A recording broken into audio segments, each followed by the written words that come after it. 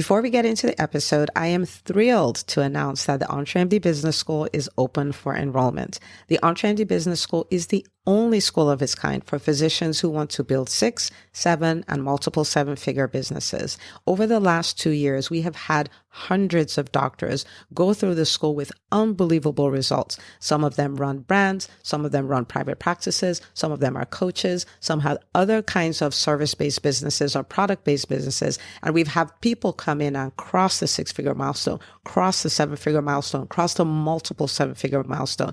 You will be in a place where you'll get the coaching, the community, the accountability that you need to thrive as an entrepreneur, especially in the times that we're in. So maybe you've been following me for a while. Maybe you've been getting so much out of the EntreMD podcast and you've been wondering, how can I work with Dr. Una and the community more? Well, this is your chance. Come join us in the EntreMD Business School. It is application only. So go to entremd.com/business to turn in your application. I cannot tell you how many doctors have made statements like this. I recovered my investment in the first week. I recovered my investment in my bank account in the first 90 days. This is the best investment I've made in myself ever.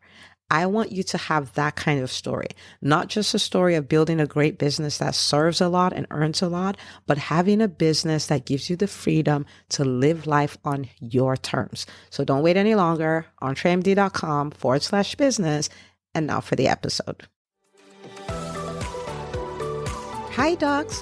Welcome to the EntreMD podcast, where it's all about helping amazing physicians just like you embrace entrepreneurship so you can have the freedom to live life and practice medicine on your terms. I'm your host, Dr. Una.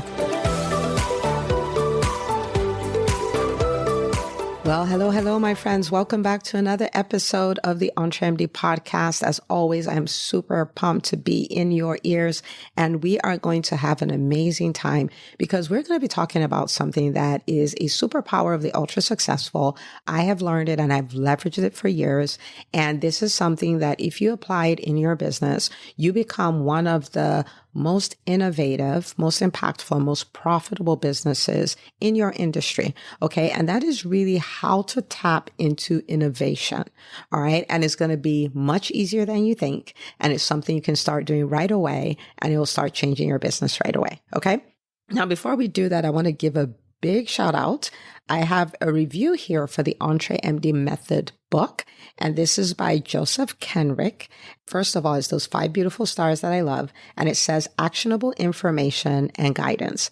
And then he goes on to say, Dr. Una recognizes the challenge that doctors face and has created a roadmap to the solution by embracing becoming an entrepreneur, whether that is within your practice or in another area of expertise. Dr. Una does a great job helping doctors get beyond their mental limitation and sense of helplessness with the present system by offering a vision of what's possible that can be acted on immediately. Thank you so much, so much for this review. I truly appreciate it. Thank you for getting a copy, for reading it, and leaving a review. Thank you so much. You help us get the word out, and I really cannot show enough gratitude. And for everyone listening, if you have not got your copy of the EntreMD Method book, you want to get it. It's a roadmap. I wrote it just for you. And if you've got a copy and you read it, but you haven't left us a review yet, I would love for you to head over to Amazon. Go leave us a review. Let the world know how the book changed your life. Let me know. And I'd love to give you a shout out on the podcast as well. Okay.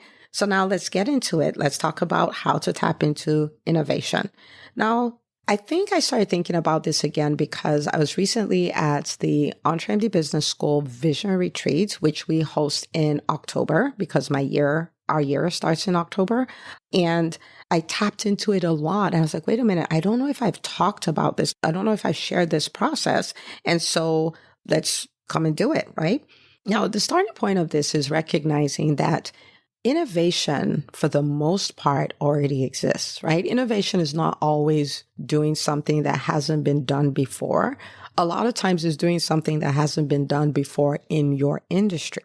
And so innovation exists everywhere. We just need to look to see it, to adapt, and all of that. And that requires that you show up in circumstances in front of people at events in a certain way. Okay. And that's what we're going to be talking about today. So for instance, in my private practice, when the pandemic hit, right, it was something that required innovation. So private practices are shutting down. Patients are not coming in anymore. What are you going to do to stay afloat? What are you going to do to continue to serve your people and continue to bring in revenue so you can keep your team? I'm so grateful we didn't lay anybody off or do anything like that during the pandemic. And when I think about it, the strategies that helped us thrive were all strategies I borrowed from the online space, right? Really leveraging the power of email, leveraging the power of email marketing, overcoming objections, right? Because that's why people weren't coming in, overcoming the objections, all of those things. We did all of that. And it was super powerful because it kept us at capacity. It kept our staff. It kept us serving our clients. And at the end of the day, when we look at it revenue wise, we actually did better in 2020 than we did in 2019. And it was not innovation like something completely brand new. It was just borrowing something from another space and bringing it into my space. Okay. All right. So how do we tap into it? I'm going to give you 3 things. Okay. And they're simple. They're not necessarily easy, but they're simple. You can do them. Okay. So the first thing is to expose yourself to new things. Okay. When we get to the age we're at, by the time we're done with med school and all of those things, it is so easy to live a life of default. It is so easy, like to just do what you've always done and wear what you've always worn and say what you've always said. It's so easy to do that. If you're going to be a person who is innovative, you're going to constantly put yourself in new situations. You're going to jolt yourself out of the status quo. Okay. Now, what this would look like is, for instance, expose yourself to people in other industries, right? No matter what kind of business you're in, expose yourself to people in other industries. And so, for instance, a number of things I do by default, especially in the EntreMD Business School. And I'm like, man, I should probably explain what I'm doing, right? Because people say, well, I just want to just hang out with people who are in private practice or people who are just DPC or people who are just physician coaches and stuff like that. And I'm like, no, like the more interaction as a private practice person who takes insurance, the more interaction you have with the DPC world, the coaching world, the product world, the better for you. It expands your view. It expands what you know is possible. It expands the strategies you're aware of. Doesn't mean you're going to use every last one of them. No, but it gets you out of the status quo and it helps you think the way nobody else in your industry is thinking so that you can be innovative. Right? For instance, in the private practice world, it's not exactly completely normal for people to be talking about verticals or to be talking about second generation revenue and the things that maybe coaches would talk more about, right? But they talk about it all the time in the EntreMD Business School, and they're building practices that are innovative because they're around other people who are primarily speakers, people who are primarily coaches, people who are primarily DPC, and they're learning all these things, right? And same thing with a coach, and it's just such a rich experience. It's almost like instead of walking into a restaurant, eating one thing, you have a buffet, and you can try some things, and then you decide what is your thing, and you stick with that. Right? And so expose yourself to new things. This can be industries. It could also be kinds of events. Please pay attention to this because this is so powerful. So maybe as a physician, you're used to the physician events. Somebody comes, somebody's talking to you, they're done, you clap, they go away, right? But oh my goodness, in the universe, that is only one style of events. It is only one style. There are events you go to that are pure unstructured masterminds where you get a bunch of people. And so let me give you an example of one I've been with. So this is a mastermind. These are all female CEOs running companies, generating at least $1 million in revenue. And they come together and they're having guided discussions, right? There's not a lot of how to. There is how to, but there's not a lot of how to as they are. What are the trends? What is the trajectory? How did you cross this 13 million? What did this contact lead to? And if you are a person who understands what I'm showing you in this episode, you can pull mind-blowing, crazy, insane innovation out of that, even as a private practice owner or as a coach or whatever, right? It knocks off the lid of what is possible. It knocks off the lid of how things can be accomplished because you have this whole wide range of options. But if you walk in there and you're upset, like they're not teaching the way I like them to teach, and I just want somebody to sit down and give me the thing, and we're used to algorithms and checklists and blueprints, and I just want them to give it to me like that. If you walk into that kind of space with that attitude, you lose out. You want to walk in there like SpongeBob and just be curious, right? But you want to be exposed to events like that. You want to be exposed to events that are experiential, maybe things you wouldn't normally do, but you expose yourself to them, right? And so that's one exposure. You want to expose yourself to people in different stages of businesses. It almost breaks my heart. I just don't let it break my heart because I need my heart. But it almost breaks my heart when people exclude themselves from conversations because either they're like, oh, those people are beneath me, or those people are so far ahead of me, it doesn't matter. Expose yourself to all of them. I mean, you're already there, right? So think about it this way. When you have the opportunity to be exposed to people who maybe your business is a business that's doing multiple seven figures, right?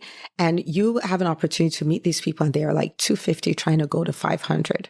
It is an opportunity for innovation because maybe you've forgotten about all those things. Maybe you did the things and they worked, but you stopped doing them. You've gotten more advanced in business and more sloppy. Right? Maybe it will be a great reminder for you and you bring something into your business or you bring a new vertical into your business or some new way of thinking that is innovative for your business at its stage. Okay. Well, maybe you're at 5,000 and you meet somebody else who's 5 million and you're meeting somebody else who's running a company who's 500 million. Don't exclude yourself from that. Like, listen, pay attention, expose yourself to it. Listen to how they think at that level. Listen to what they do with team at that level. Listen to the challenges they have. Listen to how they overcame their challenges because all it takes is one idea. All it takes is one idea, right? And so expose yourself to new things. Don't be closed-minded. Don't do that. And number two is when you get into that kind of environment, be curious. Be curious, listen, pay attention, relate it to your own story. Just lean all into it because it opens a brand new world if you will stay curious. And I want to say this right here, right? Because you may not necessarily agree with the people. You may never want to run business the way they run business. You may not agree with their philosophies. There may be things you don't agree with, but the truth of the matter is you can learn something from almost anybody. Say, for instance, somebody is running a business and you don't agree with their business. However, they're running a business that is touching 100,000 people and they're creating 50 million in revenue. You may not agree with the core of what their business is, but if you don't have 100,000 people and you're not generating 50 million in revenue, you have something to learn from them. Right? So you want to stay curious. Stay curious. Just like, I wonder how they did that. How did they do that? Ask questions. When they're speaking, listen to them. Pay attention. You don't have to agree on everything. You don't even have to want what they have, but just like be curious. Like you may be saying, I don't want to build a $50 million company. Okay. But ask questions. Don't exclude yourself. Be curious. I think I've told this on the podcast before, but I'll tell it again. I remember, driving down Atlanta a few years ago, downtown Atlanta. And for the first time, it dawned on me. It's very weird. It's a subconscious thing, but it had never occurred to me, to my conscious mind, that those, 100-floor buildings downtown actually belong to people. Like, of course they belong to people, but I never thought of it like a human being like me owns a building like that. Like that's their project. Like if they're building it, that's their project. Never occurred to me. And so I remember the first day it dawned on me like, wow, that is somebody's building. Like somebody's paying a mortgage on that. That's their building. When it was being built, when they say, oh, let me go down to the building site, that's where they were going. And so I remember stopping and going like, I wonder what it would be like to own a building like that. Now, to be clear, at this point right now, I have no intention of owning a building like that. But it didn't stop me from being curious. I wonder what it would be like to own a building like that. I wonder how much the building was. I wonder how much they had to bring at closing. I wonder what kind of team you need to run that business. This is the source of innovation. And not just innovation, but exploding your mind as far as what you can believe is possible. Okay? And I'm just curious. I don't remove myself from conversations anymore, right? So in these new experiences, can you be curious? What can I learn from this? What can I pull from this? Okay? So that's the second thing. The third thing is probably the most important, is stay strategic. Okay? So you've exposed yourself to a million new things. You're really curious, which means if you're really curious, I get business lessons from my kids. I get business lessons from driving past Burger King. I get business lessons from watching my kids' teachers interact with them. I get business lessons from watching people in the business school interact with themselves. I just get them because I embrace the exposure and I stay curious. Okay. Now, after doing those things, you need to stay strategic, which means we do not implement everything that we see. Okay? Because it would be terrible for you to be curious and try to implement everything. So you have a strategic plan. Is this something I can put in my plan at this stage? Is this something that I can bank and use later? Is this something that I just need to know and let the thought process a little more and see where we go with it? It doesn't mean the second you find something, you implement it. Okay? Don't do that. Stay strategic. I'll give you an example. I remember going to a conference in 2018, I believe it was. It was a retreat, more like. I went for this retreat. And at the retreat, at the beginning of the morning session, they gave all of us a group picture, right? A group picture in a frame that said me and my something, right? So let's say me and my tribe. Okay, me and my tribe. That's what it said. This is 2018.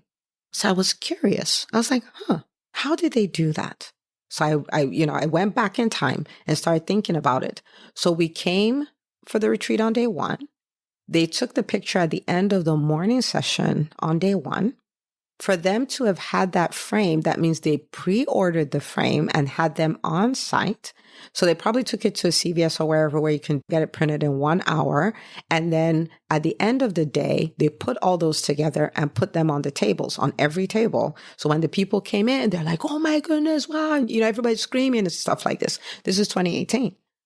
Did I have a place to use it? No. Was I the place where I was doing events where I could use that? No. Did I decide to throw an event so I can do that? No. I was strategic. 2 years later, I was hosting a retreat and I could pull that out of the bank. I was like, oh, because I love the wow factor, right? Like, so it's like, wow. The last EBS Vision Retreat that we had, it was wow. It's like one thing after the other. And so in 2020, 2 years later, I had a virtual vision retreat. And in 2021, I had my first in-person one. So this is 3 years later. And so I pulled that out of the bank. And guess what I did? Because I was curious and I paid attention to what happened, exactly how they did it, I was able to reproduce it. So at the end of the morning session, I was like, yay, group picture. Everybody's like, yay, everybody's happy, took a group picture. The next day, we held the doors closed and let them in all at once. And they had their frame pictures, right? All on their tables. And it was face down. And they pulled it up and opened it. It was like, wow, right?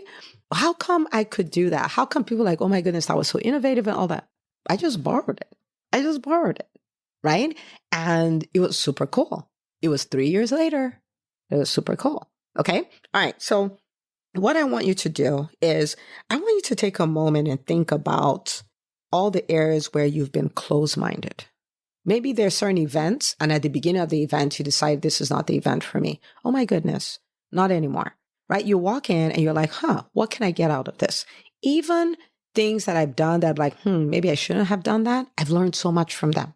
Be curious, right? And so maybe you go for events and you've predetermined, or you're talking to someone and you've determined that, I don't like this person, or I'm not going to listen to this person, stuff like that. Or maybe you've shut yourself off from a business because there's one thing you don't like about them. You shut off everything. Like, I want to invite you to decide to be this person who exposes herself or himself to you expose yourself to new things. Okay. You stay curious and you stay strategic.